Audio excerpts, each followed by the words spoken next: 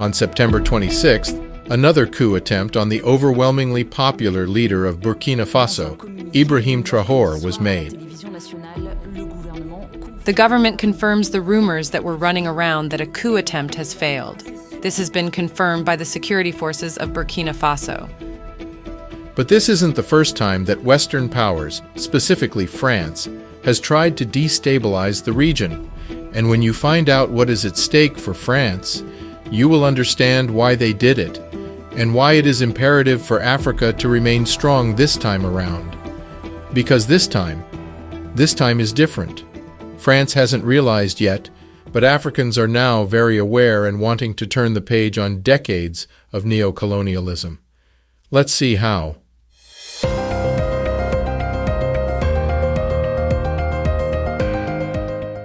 This is exactly why Burkina Faso, Mali, and Niger have formed a new military alliance, which states that if any of these countries is attacked, they will respond as one. I love it, because this is the type of African unity they have been trying to prevent for decades. Ironically, through their continued destabilization of the region, they have actually strengthened the ties of these countries. So how did France try to do it? They used the same old tricks. They paid a hefty sum to the chief of staff to get him to attempt a coup. Evrard Samda, the chief of staff, has now been sacked. This was a trusted confidant to the current president Ibrahim Traoré. For those who know a bit about Burkina Faso's history, this is exactly how they started the coup that got the great Thomas Sankara killed. But this time it didn't work. There is one dynamic that France also hasn't taken into account. It is that even if they kill Ibrahim Traoré, there are now thousands of young African leaders who will take his place and continue his mission of ridding Africa of the plague of France. After the wave of independence in 1960, instead of focusing its economy on innovation and productivity, France maintained an incessant regime of oppression in its former African colonies. The aim was to give the impression of independence while continuing to funnel massive amounts of natural resources to France. Africans quickly realized what was happening and tried to end this mode of operation called France-Afrique. But wherever Africans' leaders tried to find economic freedom and self-determination for their people, they suddenly found an untimely demise or a coup. Even the ex-French president has admitted to the existence of this system. This is why you see so many coups d'etat in Africa, because they are two kinds of coups d'etat, one to overthrow a government that was working for its people and replace her with a puppet controlled and always corrupted by France. Another type of coup is the one where the military junta liberates the population from the oppressor and sets up a government that brings relief for its people.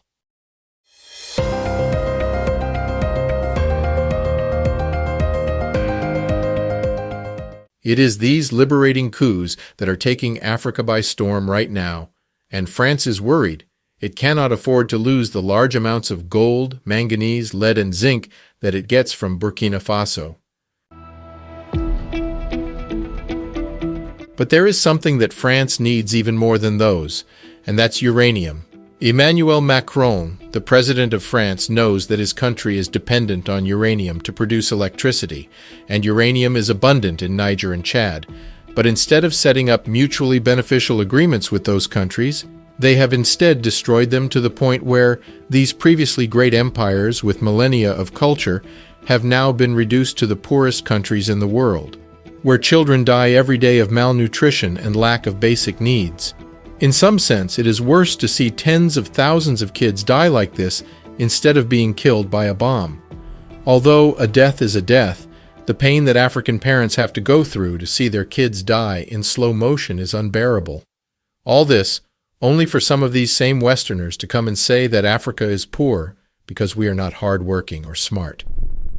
What would have happened if Japan or Poland had any of their good leaders systematically killed, and any of their factories systematically destroyed, and any of their request for funding to build sensible infrastructure were all turned down, and if they were put under incessant embargoes, not even able to build power plant facilities for themselves to help them develop? What do you think would have happened? To add insult to injury, after those countries become so poor and no jobs are available, the young men and women flee, and those who don't drown in the Mediterranean are left with penny-paying jobs in Europe, where they are blamed for all the ills of this society built on the blood and suffering of others. A true stand-up joke at a continental scale. That is why Ibrahim Traoré took power to help his people, late 2022. This is why Assimi Goïta took power in Mali to free his country, because no more will they stand by while France had military bases in their countries and allowed, even armed and funded, rebel Islamists to invade their country. All this while France watched and talked and watched and talked, but did not lift a finger. It's in this context that S coup attempt against Burkina Faso's military rulers has been thwarted by the country's intelligence and security services, authorities said. Burkina Faso's military rulers said in a statement on Wednesday that army officers and others had planned to seize power and plunge the country into chaos.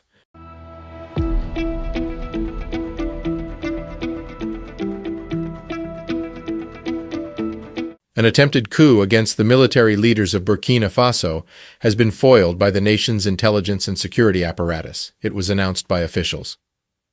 The military brass of Burkina Faso declared on Wednesday that certain army officials, along with other individuals, had conspired to overthrow the government, threatening to throw the nation into turmoil.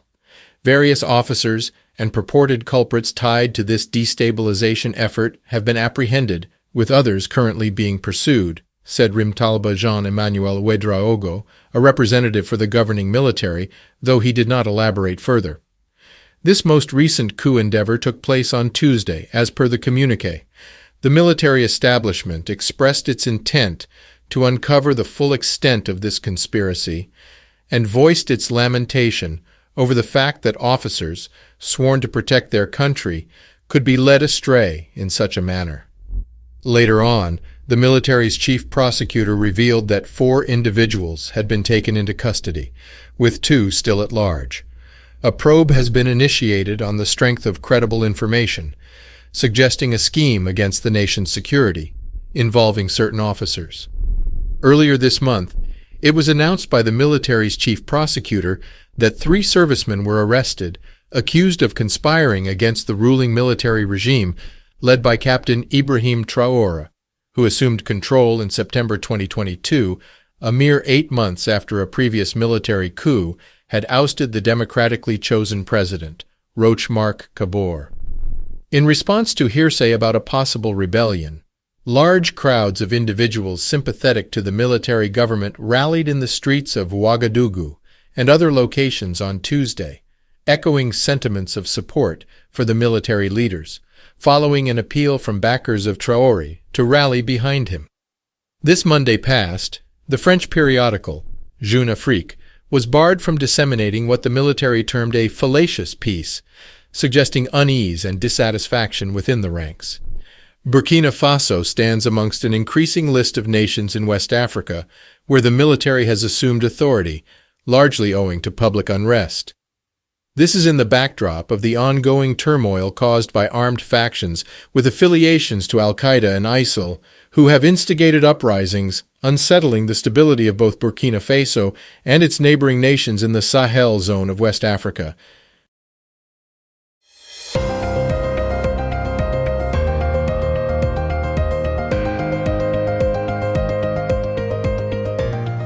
France is also spreading fake news about rebel attacks killing 53.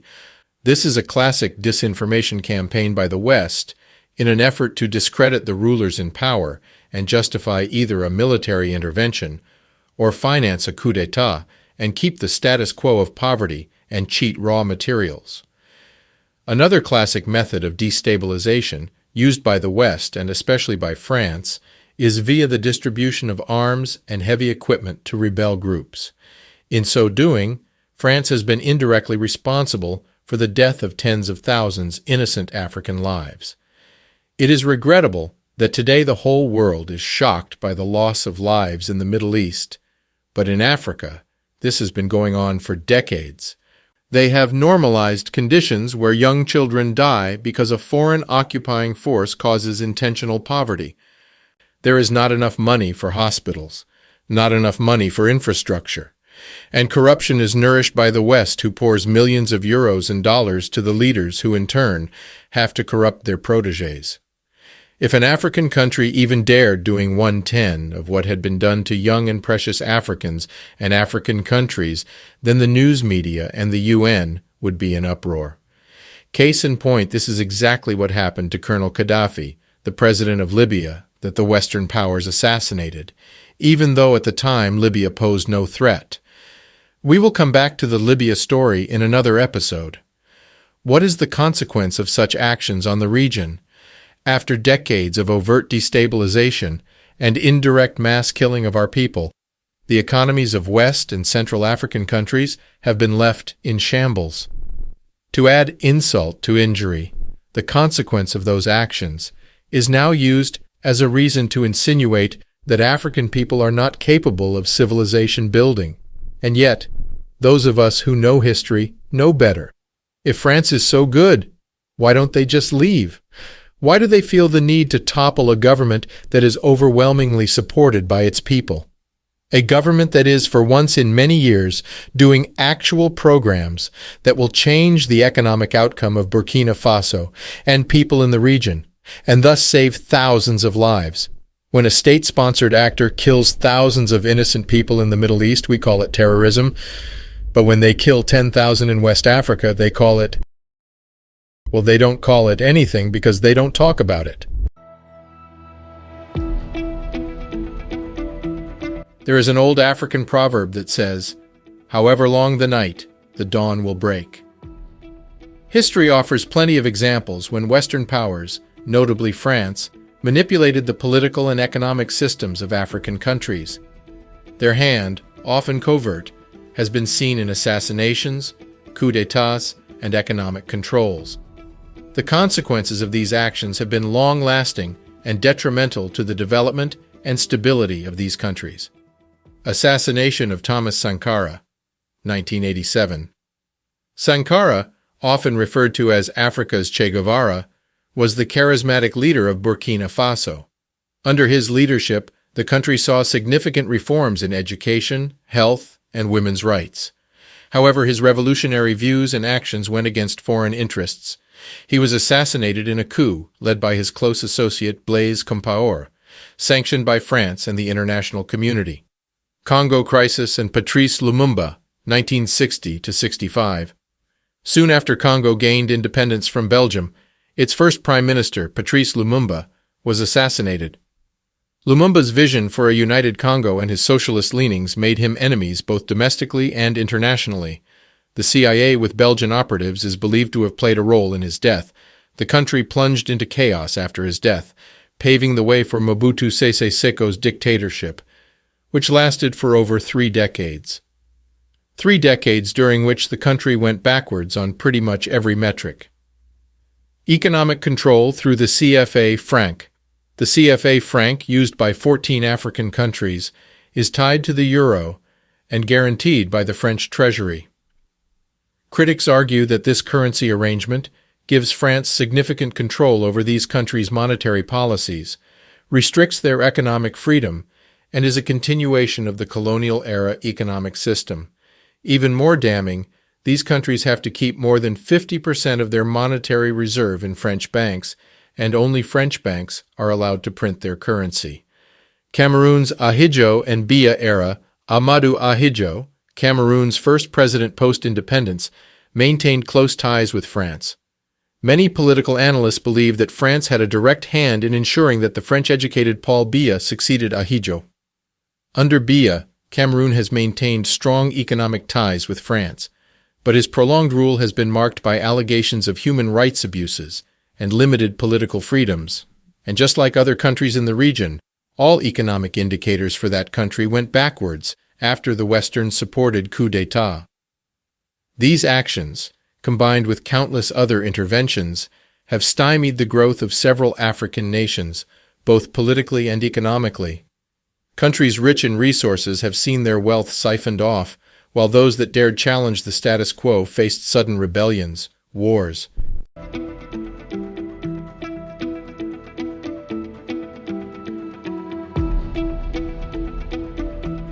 Don't miss our documentary on how Hannibal used cunning strategies to win battle after battle against Rome. Click on the link above or find the link in the video description. As Africa awakens and seeks to reclaim its destiny, it's crucial to understand and remember these past actions and ensure that the continent's future isn't dictated by external forces. Africa's strength lies in unity, understanding its shared history, and forging a path that prioritizes its people's interests. Support our channel via YouTube membership or Patreon.